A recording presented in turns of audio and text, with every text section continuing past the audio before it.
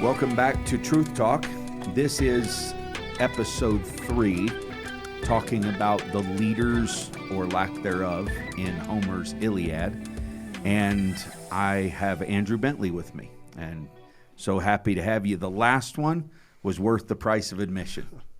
You make me feel smart just sitting here talking to you. So it's a win-win. So we're going to get into book 4. And when we look at Agamemnon that we set up kind of in the last couple episodes, he goes through a bit where there's a truce, and then it blows up and he's ready for battle, right? And so he gets them going and he's going to fire the engines up, and he leads in the worst way imaginable. And we all have seen leaders like this, right? Before we launch into that, any points you want to draw out that we're skipping from book 2 or 3 that you think we need to weigh in on? No, I think we'll cover them along the way. Okay. Yeah, all right. let's go.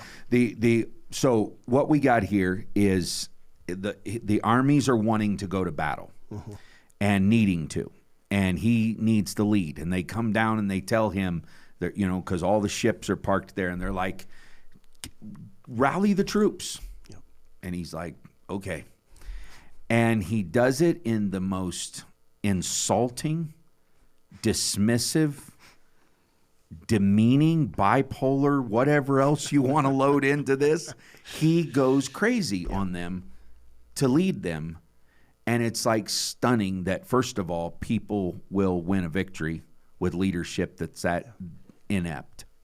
The second thing is how self-congratulating he is by the end of this, which doesn't end in book 4, but it ends down the road. He is just proud as a peacock. Right. And you start realizing very quickly that maybe they won not because of his great leadership, but in spite of him. And that's what I realize in book 4. Is that toxic motivation, guilt-driven motivation. A lot of times you can get things accomplished. And you get this accomplished with the followers. But at the end of the day, I think it says more about their character and the attributes of greatness in them than it does about an inept leader that gets something done in the worst way, right? So many followers, their greatness is only a testament to the greatness in their own hearts and not the greatness in their leaders, and certainly not the greatness in their leaders' speeches, which Homer really plays out, that leadership really starts and ends with the speeches. As I did in book 1, I picked out a sentence that kind of laid its fingerprint for the whole book for me. And the first one was Achilles tells him, you're the worst kind of king. You're a king that devours his own people. This statement is from Agamemnon himself in book 1, like line 40 to 50, somewhere around there. He's rallying them with kind of a bizarre, disjointed, rambling, hoorah, let's go fight. And they're like, that didn't make any sense. And he answers back and says, and this is stunning that he has enough in him to just blurt out the truth. And he says, okay, so if that didn't make any sense, do this and give me my way. And that really encapsulates the concept of his leadership. His leadership wasn't a partnership. It wasn't a bringing out the best in these people. It was, give me my way, give me my victory, right? And they did, but not for the reason he thought that he was getting the victory. So Murray Burr, the late Murray Burr, told us one time in a deal he was teaching, he said, we asked him, someone in the room, what scares you? What troubles you? And he says that one day we will get to heaven and those people that we led will be there. And God will say, these people are here in spite of you, not because of you. And as a leader, Brother Andrew Bentley, that gets deep in me, you know. Yeah. And so here is a example of that kind of leadership. They do great things, but it's in spite of him, not because of him. He wants his way. Yeah. And they give it because they are great, not because he's worthy of it. So if you want to mention that, anything on that, and then I can talk about we can get into the nuance of the toxicity of his motivation, but on leadership like that. Yeah, I mean, the first thing that occurred to me was the statement is they won. And I think, leaders set up straw men as targets so that they can claim a win. What did they win? What was the goal? Was it monetary? Was it land? Was it skills development? Like, what was the goal? And I think as leaders, we sometimes make the mistake saying, "Oh, we won that battle." What was the battle? The battle was whatever I said it was. It's a declaration of success after the fact. And if you want to bring people along with you for success, then you've got to be really clear about articulating what it is they won. Because I'm left with the impression they won. I'm not sure they won. I'm not sure what they won because I don't know what they were trying to win. Right. So I always think about that in terms of goal setting for leaders. It's really important that they're clear about what are the objectives we're trying to actually achieve. And understanding that, then we can build the structures and everything necessary to underpin that. In business, there are so many, there's just replete with examples of men that are exactly like this. Larry Ellison is one of the classics. He's the founder of Oracle. And he would absolutely unequivocally, by his own admission, he once said, "It's not enough that we win, all others must lose." Like, what speaks to zero-sum game more than that statement? He was absolutely renowned for intellectual bullying.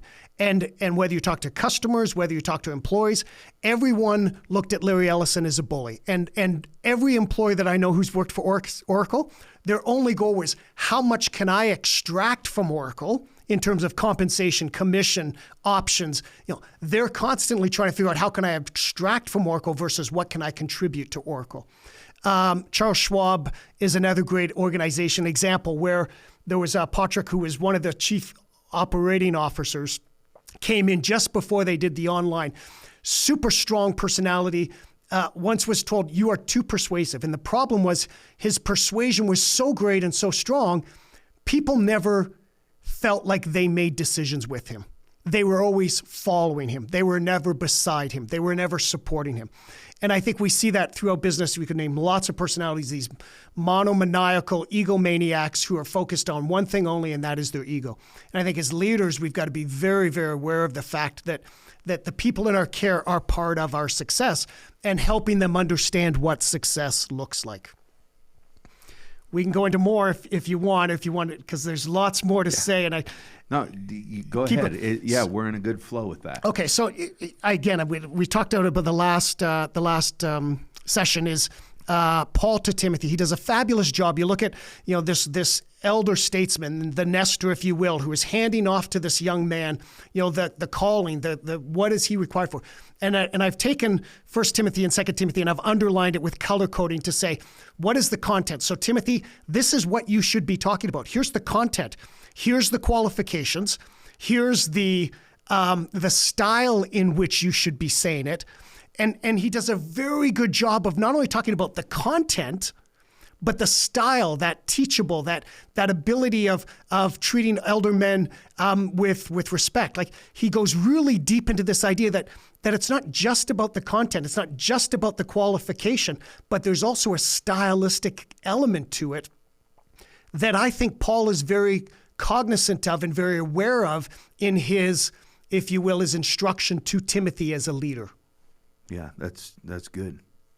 And it's interesting to me because you see Timothy, and by the way Paul talks to him later on, there's an assumption built into the vernacular there that Timothy is not only getting it, but he's teaching it. So he's teaching other men to teach other men as well, right? So when you're looking at this and you think about how, I don't know if this is a proper term, spiritual DNA or leadership DNA, but basically the concept is that what a leader is, his people are going to pick that up. So in the horse training world, they're panicked about you. No matter what's going on in your head, keep your heels and your legs still. So you have to train yourself in high form riding to panic on the inside, do whatever you're going to do on the inside. But if that starts going down into your thighs, your legs, especially your heel, the horse panics as well, right? And so in leadership, you see that a lot, because if someone is driven, a bully, like you mentioned in Oracle, even the employees are extracting, right? Yes. So there's a great point in this. There's a man named Menelaus. He's a red-haired, wild warrior. Okay, what Nestor was, the elder statesman, Menelaus is kind of the warrior peer to Agamemnon. And he's interesting because if you follow Menelaus, here's a few names: Menelaus, Odysseus, and Diomedes. They are bad to the bone guys. I mean, they are just like, elite soldiers. Right. But they are so unbelievably tapped into emotional intelligence. And they're teaching Agamemnon all through the whole book. Here's how you could think about this.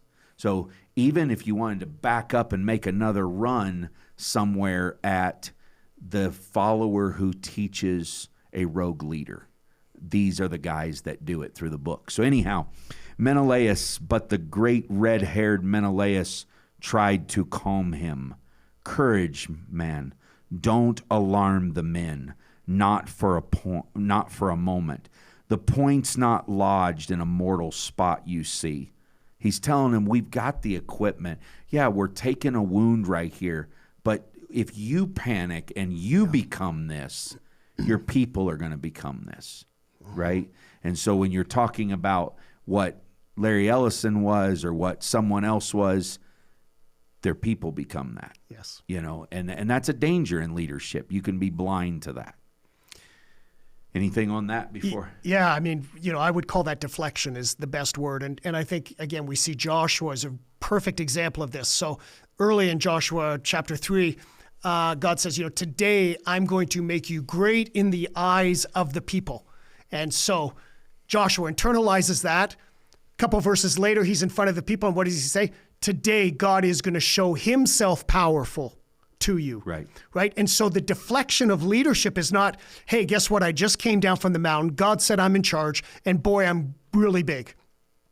The deflection is he has been given the mandate by God. He knows his mandate. He has agency within the mandate of God. He knows the calling.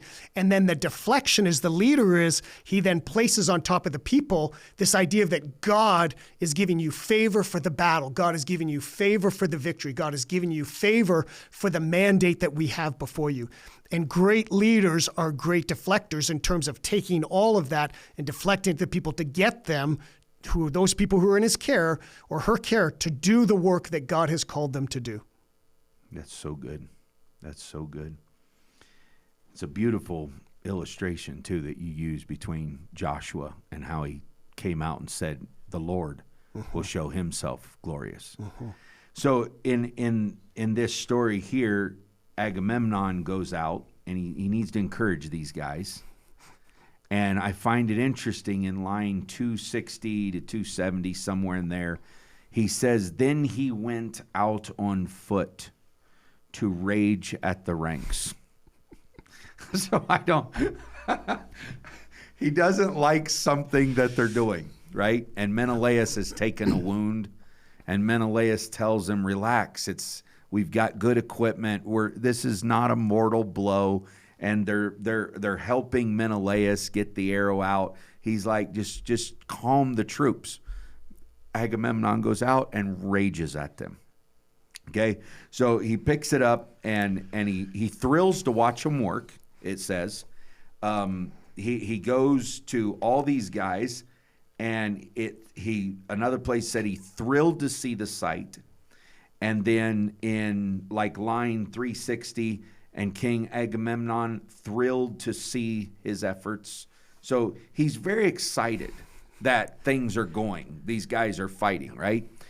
But he goes to the man named Odysseus, and when he gets there, he talks to them, and Odysseus is this brilliant tactician, and then he goes to Diomedes, who is this incredible fighter. Okay, so with Odysseus, he creates this straw man argument that people are saying that you're not this. He makes up this story that's not true. Yeah. And if it is true, it's just, if somebody did say this, you're like, shut up already. You're talking about Odysseus, one of the baddest dudes in the country, right? Yeah. So he tells him, he says, you're a great tactician, but you've been holding back.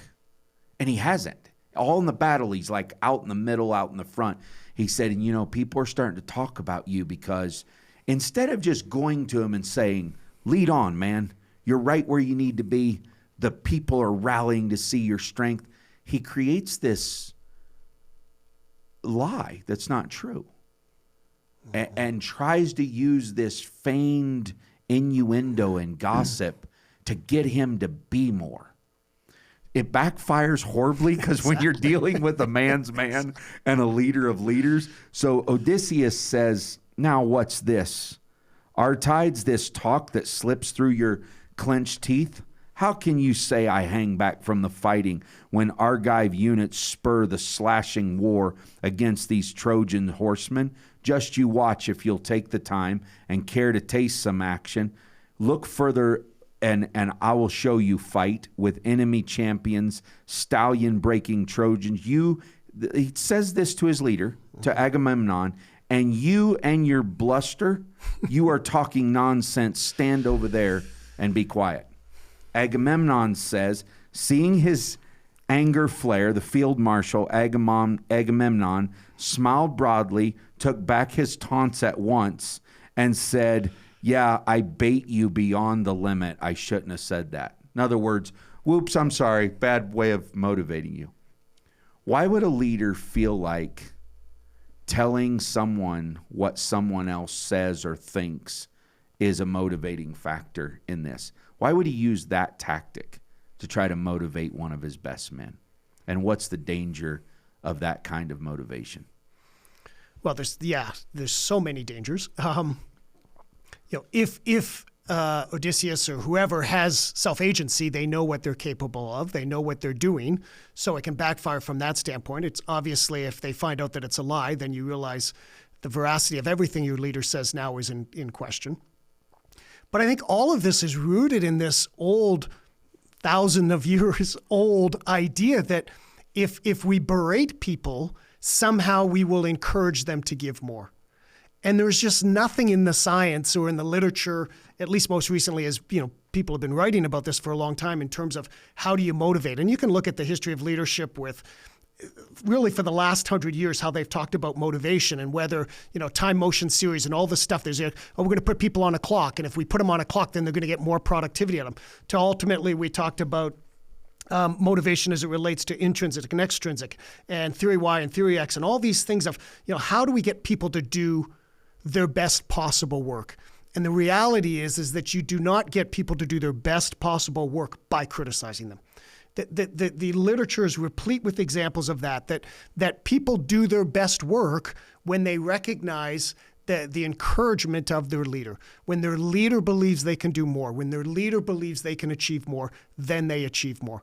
But overwhelmingly, the evidence is that when you berate people, when you say, oh, come on, I know there's more in you, that you may get 1 minute, you may get 30 seconds of extra effort, but in terms of the long term, you are damaging the relationship and ultimately diminishing the outcomes that you can achieve with those individuals. And I don't know if you can ever come back from that as a leader, quite honestly. Really? that's my point of view. So come on, unpack that. So that's your version of the point of no return when you're leading like that. Yeah. Lao Tzu said, a good leader is one that people respect, an evil leader is one that people hate, and a great leader is one where the people said we did it ourselves. Is that, for me, in terms of my leadership paradigm, I want you to believe that you are capable. I want you to believe that you have it. Whether you look at sport, and as another great example, that I tell myself this, and maybe this is crazy, but whenever I'm doing something extremely strenuous, if I'm on a bike and doing something, I tell myself I haven't thrown up yet, right? Which is this, I know there's more in me. What I don't want to hear somebody yelling at me is, come on, Megan, get going. What's the matter with you? Da-da-da-da. I want somebody to say, I know there's more in you. Right. And trying to extract that more is what we want leaders to do. I know it's in there, but sometimes I can't find it. Sometimes I can't see it. Sometimes I have imposter syndrome. What I'm wanting from my leader is to see that light, and I don't mean that in the weird Eastern religion sense of the word. I want them to see that capability. I want them to be able to help me see it so we can extract it together. And when you do that, that's where you get the best. But when you're berated and minimized, it never works, and I'm not convinced leaders can come back from that. That is profound.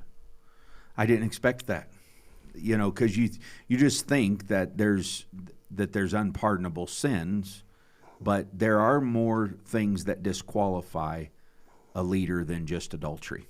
Yeah. And I think that gobbles up all the oxygen in the conversation. But you can demoralize people. Absolutely. When we're talking about this particular way that he handled the great tactician Odysseus is the reason I think a lot of pastors' kids aren't in church, is because people go to them and like, man, these people are looking at you, and you're holding back. And whether that is true or not, that young person doesn't have the power to stand up like Odysseus did to Agamemnon and say, just stand over there and watch. I'm going to live what I need to do.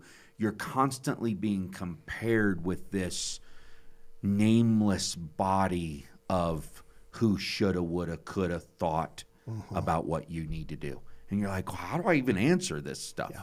Right? Who are the people? Who are these, and you're fighting against this vapor kind of, and it's hopeless.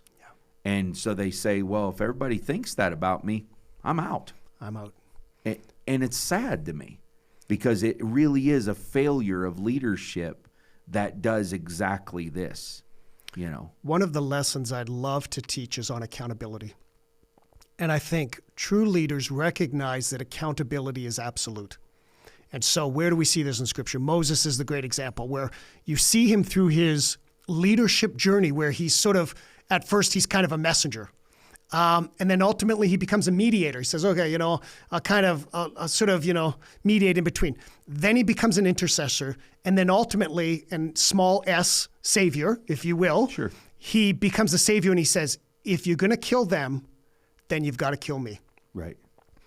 Notwithstanding the sins of the people, and they were many, but that he was willing to put himself in between God and destruction under the auspices of what I believe is absolute accountability. There's a great story about a submarine and Captain Waddle or Commander Waddle was in charge of us. Anyways, it basically cut a fishing trawler in half. People died. And when he was challenged about the dereliction of duty because of some of his men and because of this, overwhelmingly he said one thing: it is my responsibility as the leader. If there was something in the training, even if there was some dereliction of duty, then I failed them in the training of those soldiers. And when we berate our people and say, you're not enough, versus how can I help you be more? That's the switch that changes from a leader and the relationship of those followers to say, this is the person that's going to take me from here to there. That's so good. Now, what we're talking about, if you're not familiar with Homer, what we're introducing is two of the key fighters in the whole epic. And he truly takes them down a notch by just the most bizarre leadership in the world. You know, younger men are in this room on the other side of these lights with us, and they're more familiar with this, and they've talked to me about it. But there are toxic motivators in almost like, okay, you broke up with me, I'll go to the gym, I'll show you. And it's like this success driven by hate, like toxic competition. And that's what you're seeing here, right? And you really see this in this next scenario, which I'm going to get you to comment on. So he says, when he gets done with this, with Odysseus, he says, whoops, sorry, I shouldn't have said that. And he said, may the gods make all my bluster come to nothing. And that's the end of it. He just wanders off. So you may be right. This may be the unpardonable sin, right? When you fall into that low. He pivots straight from Odysseus to Diomedes. Odysseus was the tactician. He was the brilliant mind that was moving the troops. Diomedes was what was the muscle of it. Okay, he was the attack. He goes to him. He heads out to other chiefs, and he finds the man, Diomedes, and son of Tydeus, the skilled breaker of horses. And so Diomedes' father was one of the most famous soldiers in the Grecian city-states. Okay, he was famous, right? So he starts bragging on his dad. Agamemnon's telling him, your dad, the great breaker of horses, the man who would grapple with enemies, bolting ahead of comrades. And so they claim to watch him work. I've never met the man myself. I never saw him. But they say he has no equal, true enough. And he goes on for like 20-something lines about how great his dad is. And listen to this last line, Andrew, and just tee off here if you want. This is unbelievable. And this is in front of all these people. And he brags and brags and brags them up. And then he says, now, there was a man, that man, your father, Tydeus, and he said, but he bore a son who's not half of him in battle, better only in wrangling and war of words. Oh, I wish that his son was half the man he was. Taunting so, this is amazing right here. This is where it gets like blood icy cold. The steadfast Diomedes, different than Odysseus, offers no reply, overawed by the king's majestic scorn. He just stares him down. And there's that moment where you think you really have crossed the line, right? So here, the first guy is toxic motivation in do this because they may be thinking this about you. But then he tries to take the next great warrior and humiliate him, make him feel guilt-driven to fight. So these guys are telling me about, bodybuilders that are like using toxic motivation, to get back at the girl who, dumped you and prove. And you think about that and you think that's not okay. But how many times have you sat in offerings and thought, you're not making me want to give? How many times have we listened to men try to motivate us to soul winning and you think, you're not making me want to go, that's not resonating with me, right? So then there's that part of you're not half the people or the men that used to be, or you'll never be what the elders were. So there's that sense of leadership, and that's toxic, and it's not helpful. And so Diomedes weighs in on this, and it's brilliant what he does. He says, he gives him a dark glance, and he says to Agamemnon, the king, sit down, my friend, be quiet. Listen to me. And he turns around to all the people and he says, I don't blame Agamemnon, our commander-in-chief, for goading his combat-ready Argives into battle. The glory goes to him if the Argives fight and lay the Trojans low and take their sacred city. But immense grief is his if comrades die in droves. Up now, forget what he has said, and fight for who we are. And it's like, that's a moment where you think, whoa, the followers have become the leaders at this point. And you've probably seen 50 other illustrations that this is a real problem. And so how do you deal with a leader who's trying to motivate you in all the wrong ways? Do you do what Odysseus did and just, I'm getting out of here, I'm leaving? Or do you do what Diomedes and say, he's the guy that's on the hook for this. And while I don't agree with that, I do want to see this business successful, or this venture, or this project. How would you deal with that if you was Diomedes? So I think my tendency is, there's always two panes of glass. There's the window and the mirror. And so the first thing I would do is I would look in the mirror to say, what is it about my effort? What is it about my method of communication? What is it about anything that I'm doing that is causing him to believe I'm somehow insufficient for the task at hand? So I think the first thing you have to do in all situations, I think this is true of life in any case, and certainly true of leaders, it's so easy to look out the glass, to look out the window and to say, what's going on outside there? He's a bad leader. He's this or this. So the first thing I would do is look in the mirror, say, what is it about my effort? What we haven't talked about is this idea of leading up.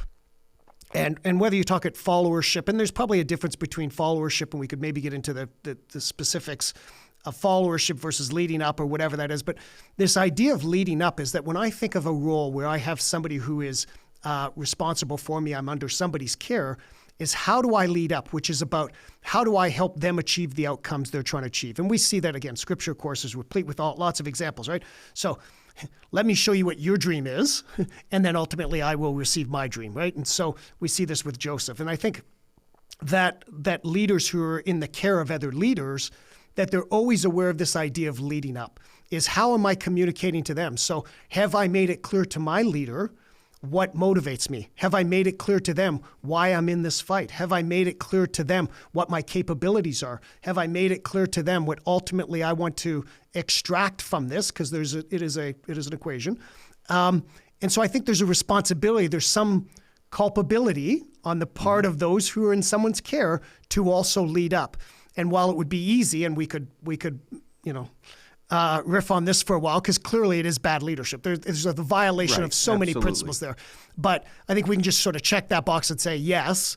The question is for those who are experiencing that type of leadership, how do they lead up? And I think that's what I'm trying to suggest today, is that there is an opportunity for you to lead up. And while you may say, well, it's the responsibility of the leader, you're a leader in the care of a leader.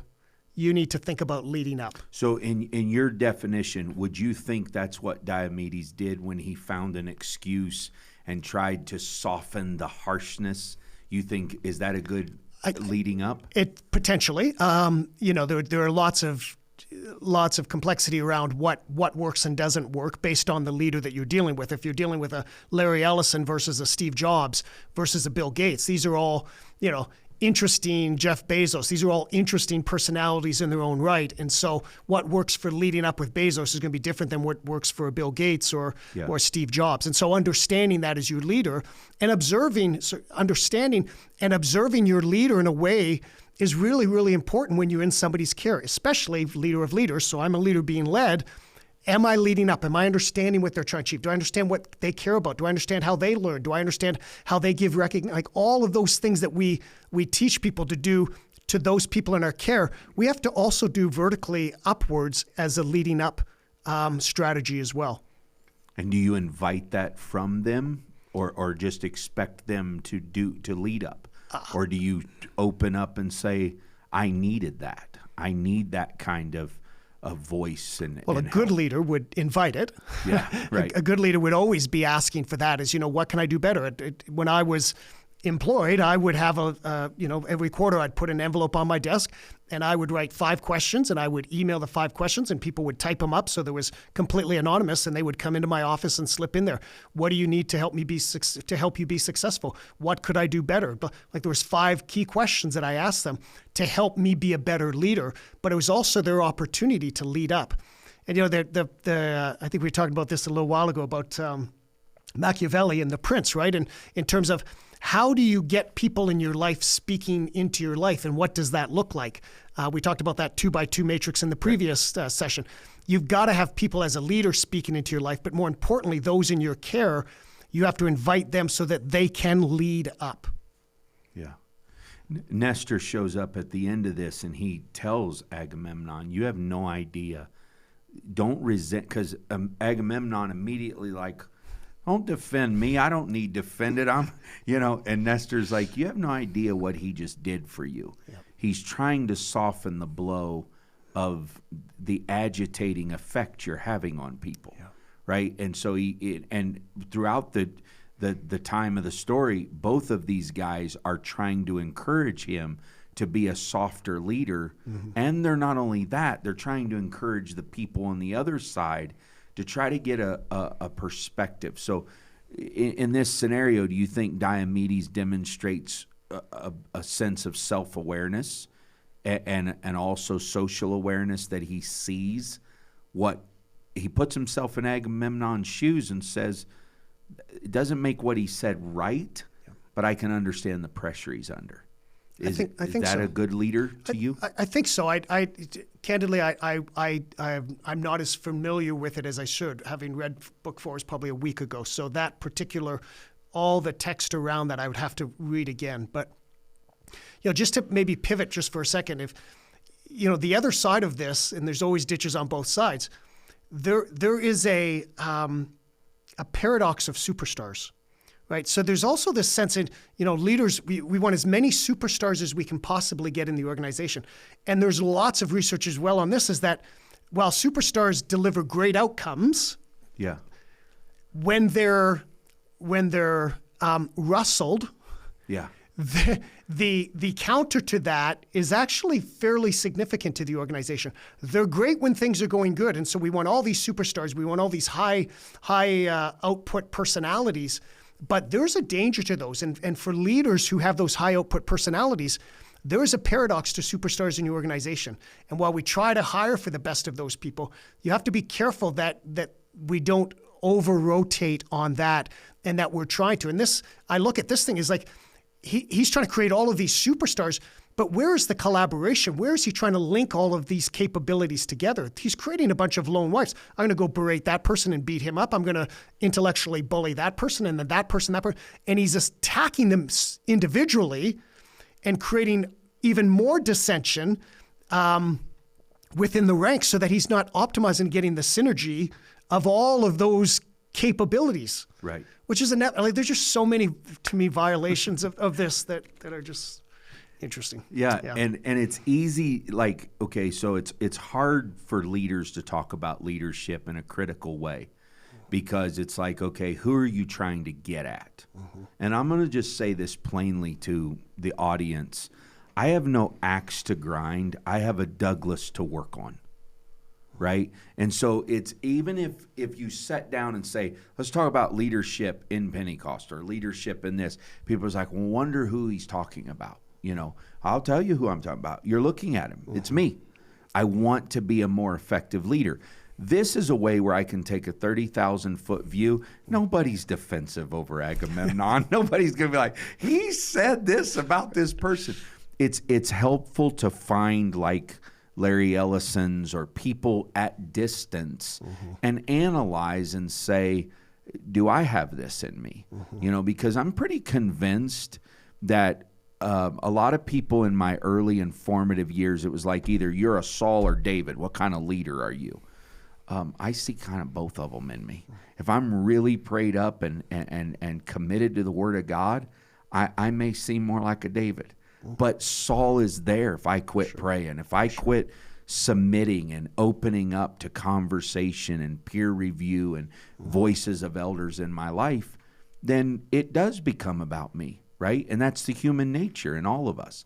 So it's helpful in that we pull something from so many thousands of years ago and nobody's animated about defending him, right? And I'm able to just pick all of these unbelievably tense questions about leadership, because as you said, there is a ditch on both sides. I don't want people responding like Odysseus and saying, sit down and shut up until I get done doing this, right?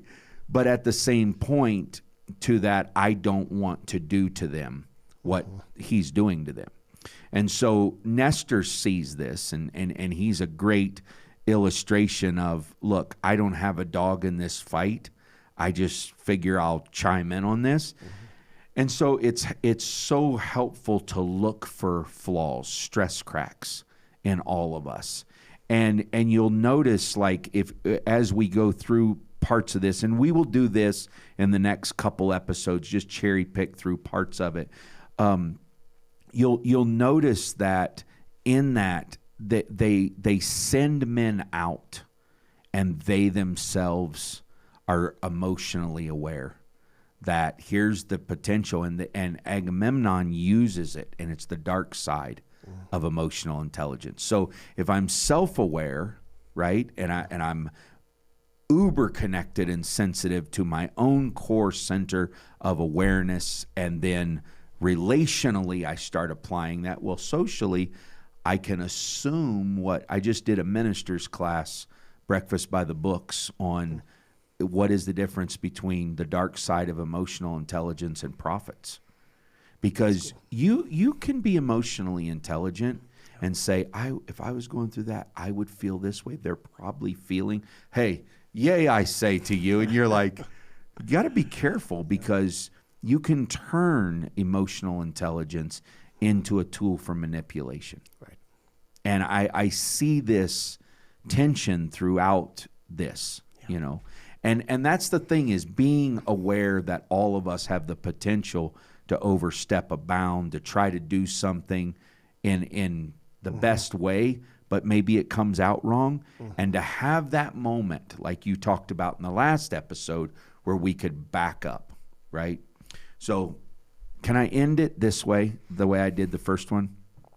Okay.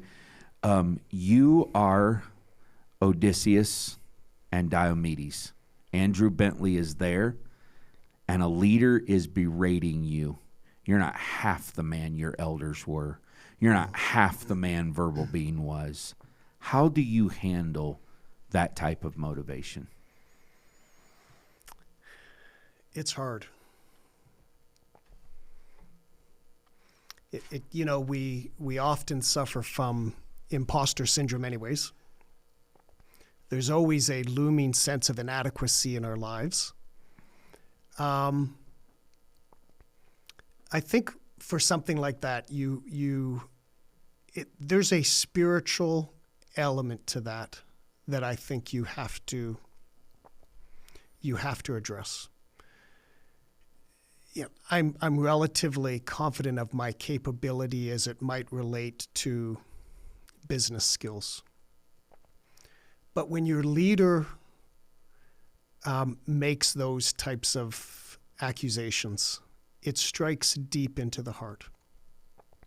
And so I think the first place that you have to go, or that I would go, is to prayer and get alone with God. Those are tough moments. Those are very tough moments. I said there's two panes of glass, windows and mirrors. In that type of situation, it's tough to even look in the mirror, because you're so wounded and so hurt. And so I think prayer and getting alone with God is the first place that I would start.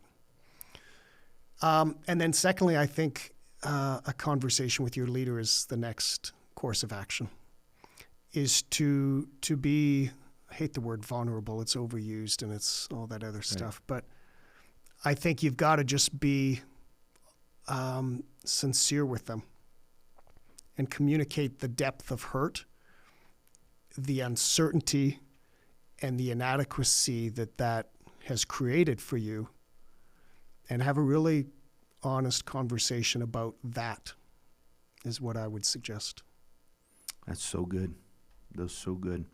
And, you know, I'm not in any way encouraging, you know, people to become dissidents and people to become rebellious.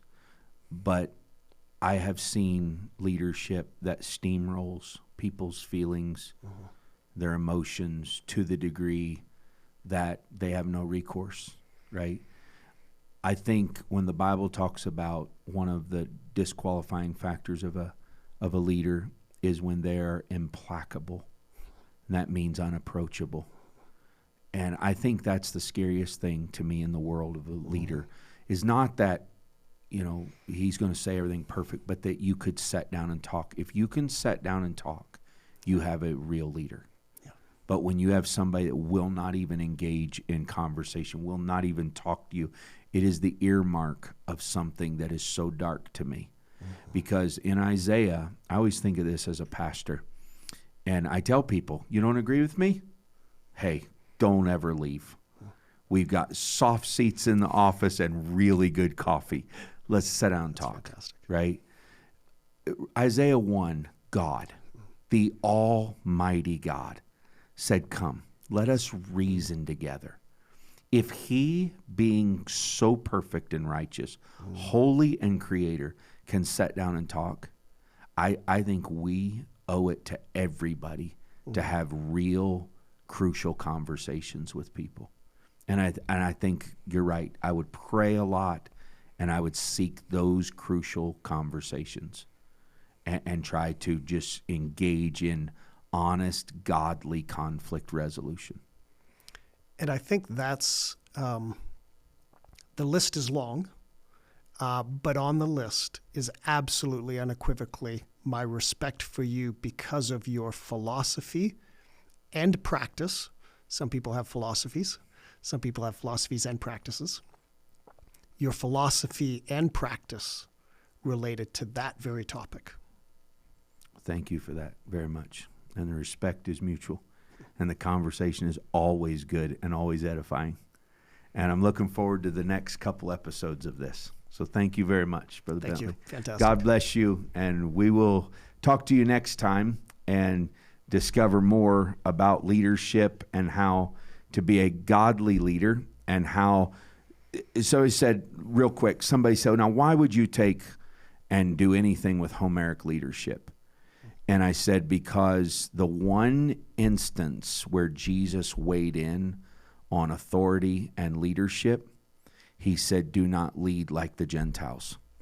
And so this is a master class on the leadership of the Gentiles. And so I'm studying it so that I can obey Jesus's word and follow his leadership. So if anybody asks you why I've fallen off the ledge and went to the Iliad instead of the Bible, I am being led here by the word of God to say, look at how Gentiles lead and the world leads and see what you can learn from that, but don't be like that. And so I appreciate everybody listening and paying attention to this and being a part of it. If you have more questions or comments about it, feel free to email us. Feel free to send in your comments about it, and we'll pick up on a few things as much as we can. So thank you very much, and we'll talk to you next time.